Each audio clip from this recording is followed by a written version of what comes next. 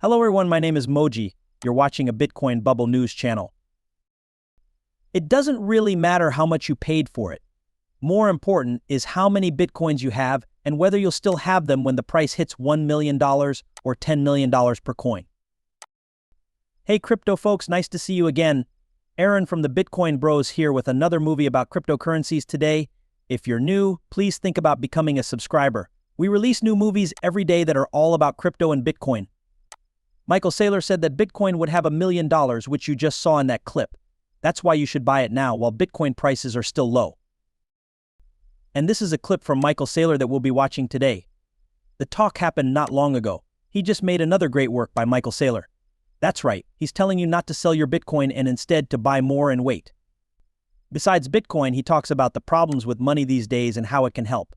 This clip has a lot of good, useful knowledge. In the comments below, tell me what you think about everything Michael says in today's movie. Do you agree? Don't you agree? Does this make you more or less optimistic about the market? Tell me, guys. As I already said, guys, this is a great one today. Watch all the way through. Let's get right to today's clip. 1 acre of land in Miami Beach cost about $10,000 100 years ago, and now it's going to be around $20 million. That means the price has gone up by 2,000%. That is measured by a set stick. If you do the math, you'll see that the US dollar is being boosted by 7% a year for 100 years. That's the big money. That's the world's main currency going up and giving out 7%. That means that over 100 years, the rate of asset inflation has been 7% per year. That's how you go from $10,000 an acre to $10 million an acre. Now, weak currencies in the developing world are rising at a rate of 14% per year, unless they're being run badly, in which case they're rising at a rate of 21% per year. But let me tell you a truth. You can keep $1 million in currency that is being provided and inflated at a rate of 7% a year for 100 years. After that time, your $1 million is worth bucks. But how much do you think it's worth if you hold it in countries that are losing 14% of their value? 28 cents. Okay, weak currencies don't last 100 years because smart people know that investing $1 million in something that drops to 28 cents is not a good idea. On the other hand, investing $1 million in something that goes up to $700 is a good idea. That's how often the US has won all of its fights in the last 100 years. All of our wars are over. Therefore, I don't think it will be that important to ask what will happen to all of these currencies in the next 100 years, the euro, the won, the dollar, etc. The important thing is whether you only have two options or we have three. Either you keep your money in the world's best currency and lose 7% a year, or you don't. Every 10 years, you're cut in half. 10 times in 100 years, you'll be cut in half. You're going from $1 million to $700,000. Or, if you put your money in a weak currency, every 3 or 4 years, you get half of it back. The amount of money you have dropped from $1 million to $283 zero. Or you invest your money in a wide range of conventional assets, such as conventional real estate. If you put your money into REITs, real estate that has been securitized, or SP companies, big companies, you should see a nominal growth rate of 7% to 8%. In real words, the money will lose 7% to 8% of its value.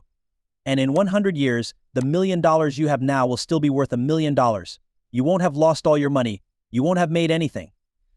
That means you need to take away the risk and responsibility from the asset class if you want to beat that 7% rate. That means there is a chance that your stuff will be taken away. It's possible that an earthquake will happen. A flood is possible. It might rain. The chance is that the bank's boss will steal the money. Someone who lives in your building could set it on fire or not pay their rent, which is a risk. There is a chance that the mayor will rent out your home. The risk is this or that business. Nokia can't go up against Apple, BlackBerry can't go up against Google, and so on. If you can't go up against AI, you get sued. I could list 100 risks, but the main reason why traditional assets like stocks and real estate can't beat Bitcoin is that they can't get away from the risk and liability of having people run a physical property in the real world. This is because governments and lightning strike in the real world. In the long run, Bitcoin should last more than 100 years, in my view. It's the same as the difference between a 14% and a 7% inflation rate. Now, if you look back, Bitcoin used to grow by 200% a year, then by 100% a year, and for the last 40 months, it's grown by 40 to 50% a year. It makes sense that Bitcoin growth would slow down at some point, But the difference between 14% and 7% is the amount of money that turns $1 million into $1 billion. When you pay 14%, your $1 million is worth $1 billion, right? Also, at 7%, your $1 million stays $1 million, right? Would you like to double 10 times in a row? It's 14 to 7, or do you want to break even 10 times in a row every 10 years? In the long run, you can be excited about hypergrowth in the short term. Bitcoin, the 40% to 50% Bitcoin, that's a lot of growth. That number will keep going up by more than 14% for another 10 years or so.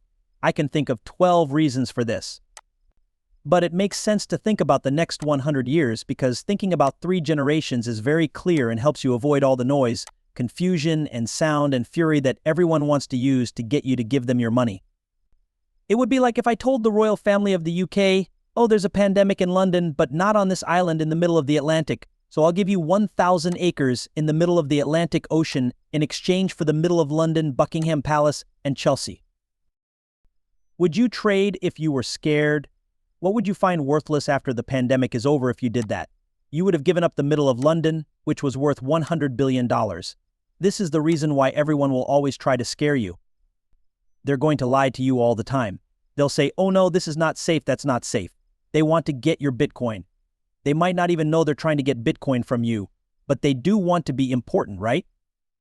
That's right, if you have the most sought after thing in the world and lock it away, your family will be rich in 100 years. So why would you ever watch their TV show if that's the case? Why would you give them money? Why would you ever give them work? Why would you give them a 20% stake and a 2% management fee? Do you want to buy their altcoin? Why would you want to buy their stock? Why do you want to hire them to help you? Why would you want to read what they write? Why would you watch their videos? Those things aren't necessary if you just buy Bitcoin and keep it. That's why it makes sense to think like Japan's ruler. They've owned the middle of Tokyo for 1,000 years, right? Or think like the English king. They've had control of the middle of London for 1,000 years, right? And if you want to see the royal family in the UAE, you can't buy a home on the beach there unless you're a royal. They're not just going to sell it to you. And it's because smart people know that you should keep the nice house for another 100 years. No matter how much you bid, you can't buy the middle of Central Park. It costs too much for me to buy an acre of it. NYSE won't sell it to me because they want to think about the long run. And it would have been a mistake to sell Central Park at any time in the last 100 years for any amount of money that was more than 200% of what the property was worth at the time, right? It is always a bad idea to sell something good and buy something bland or normal.